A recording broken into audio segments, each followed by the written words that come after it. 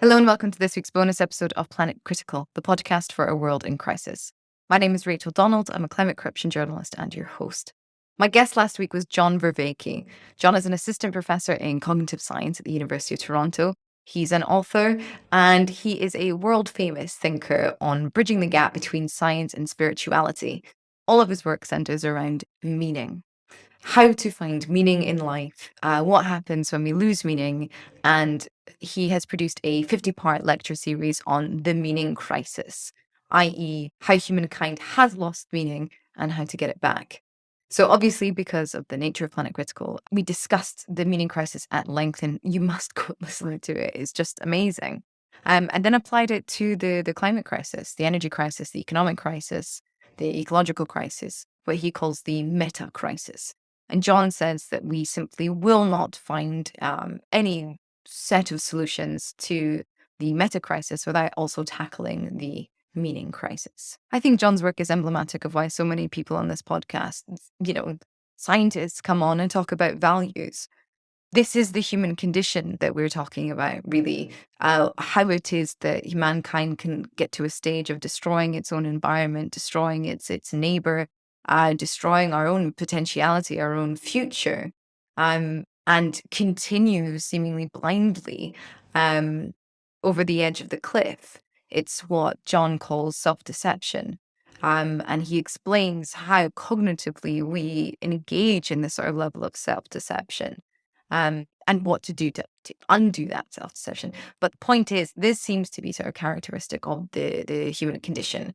Existentialism, the fact that we exist, knowing that we exist, what to do with that existence, how to cope with the awareness, the being conscious of one's own existence and the finitude of one's own life. And it is the very fact of being aware of one's own existence, of one's own consciousness, that I suppose encourages one to seek out meaning.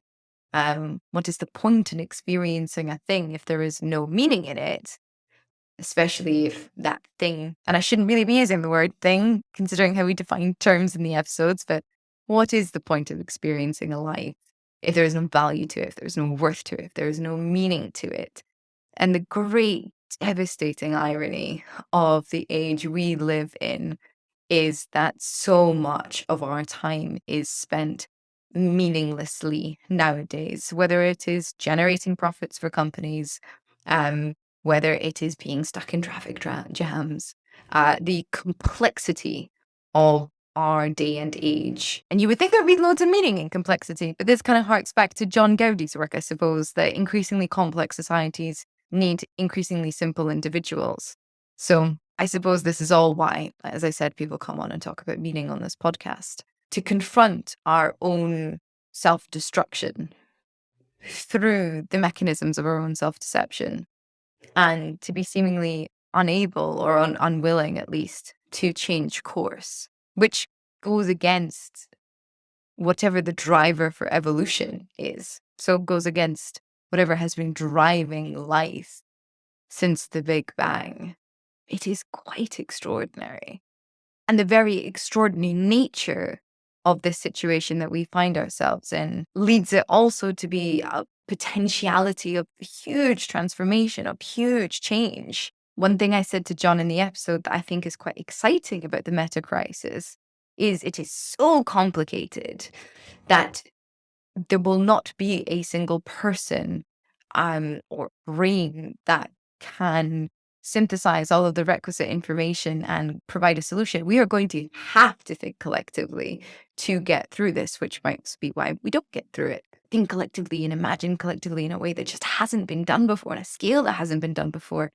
Imagine if we could do that. What we could become is sort of infinite at that point. It could be sort of the next jump in human evolution, really, certainly social evolution. So there's a lot to be excited about amongst the collapsology. Interestingly, John talks also a lot about religion, and how people who have this sense of relationship to something else find meaning in life. And it doesn't really matter what denomination they belong to, what religion they belong to. As long as you have a relationship to this thing that is greater than yourself, you can find some sense of meaning. And that thing can also give you wisdom. And those things are real and true. And you will, again, have to go and listen to the episode to hear how he really concretely philosophically lays out how those things are actually real and true. And again, I think that see his research in the zeitgeist. So the fact that so many people are kind of flooding towards spirituality, which is sort of this mishmash of lots of former traditions because we can't go backwards, but also born from this seemingly intuition that we need something bigger, we need something else. And yet again, they are up against sort of the market mechanisms that want to capitalize on that and then confuse the message and make it therefore even more difficult for people to find. I mean, imagine going and looking for meaning in the place that it was held for thousands of years. And then finding that invisible hand of the market has gone and played around with it so much, it's practically changed its, I don't know, cultural DNA. It's mimetic nature. It's meme, using meme in the Dawkins sense. I mean, no wonder people are so upset and confused. And no wonder we're struggling to come together, and no wonder we're struggling to find solutions. But I think what is critical in what John said is this focus on relationship. So it is our relationship to things that define meaning. It is this relationship to a thing bigger than ourselves, to a God, if you will. It is the relationship to your community, to your loved one, and that can also bring joy. Relationship to a child that can give meaning. I mean, he drops this stat towards the end, that people willingly sacrifice subjective wellness in order to have meaning. And a typical example of that is having a child. So a child will increase the amount of meaning in your life, connectivity, but it will dramatically reduce your subjective well-being, your finances, your sleep, your health. So again, there's that sense of like being more than just a biological organism because of consciousness, not to denigrate biological organisms by any means, but are often these sort of black and white arguments about mankind just sort of being an animal that can talk or whatever. But even animals are conscious, and there is this drive to continue to exist, right? But there is also this drive for connection and for meaning. And the fact that we will choose to decrease our subjective well-being seems again to sort of go against whatever has driven life this far, and therefore must be an incredibly powerful and necessary thing to go beyond biology, considering we all maybe started as biology. So definitely needs to be cultivated. We talk about quantum mechanics at one point, the fact that in quantum mechanics, electrons are neither here nor there, they're here and there. So they kind of exist and don't exist. Or they do exist, but they're not in place in space in the way that we understand them to be. They exist only in relation to things. There's some fantastic experiments that have been done that show that these electrons exist when you are looking at them. So when they are being observed, they are there. And when they're not being observed, they're not there anymore. So it is, again, this idea that things do not exist in and of themselves. Things exist in relationship to other things. And it is sort of, the devastating atomization of culture that has been driven probably by industrialization and capitalization that is getting us further and further away from any sense of kind of universal truth concerning relationship. And it is why politics of relationship, a science of relationships, community of relationships, philosophy, poetry of relationships are so, so, so important.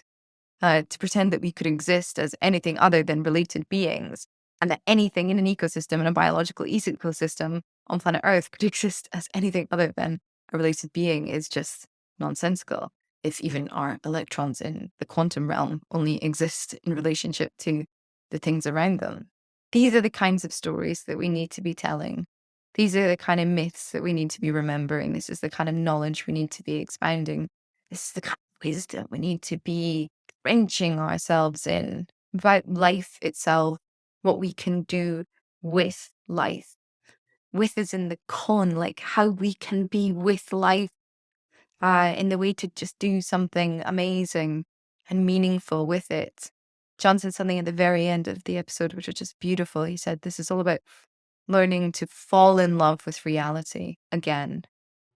And I think it is just such a wonderful summation of what we need to do now culturally all around the world. We need to fall in love with reality again. We need to stop destroying our environment. We need to stop destroying each other. We need to stop destroying our future and acknowledge whatever existential gnawing takes place in our hearts and confront it and heal it with meaning. And this isn't, woke nonsense. Viktor Frankl wrote about this after his years in the Holocaust in Auschwitz. Man's search for meaning. It was meaning. It was that sense of being connected to something bigger than himself, of having meaning in his life, of having purpose that got him through that. And he developed a whole psychology around this. This isn't new. This has also been the stuff of religion and faith and myth for millennia. I don't know what drives human beings to forget almost the obvious, that which has been with us for so long. Perhaps because it takes some effort on our part, and frankly, living in such a privileged world technologically, not having to fight for survival in the way that we were forced to for tens of thousands of years beforehand, up until very recently. Maybe we have forgotten how to connect with the instincts that got us this far. I don't know. I'm spitballing here. But either way, we need to fall in love with reality again. And I think it is just pure poetry that research into cognitive science can lead to that conclusion. And it just shows the potentiality for beauty, just how fused with beauty and meaning this world is. Falling in love with reality again. That's your homework for this week. It's my homework for this week.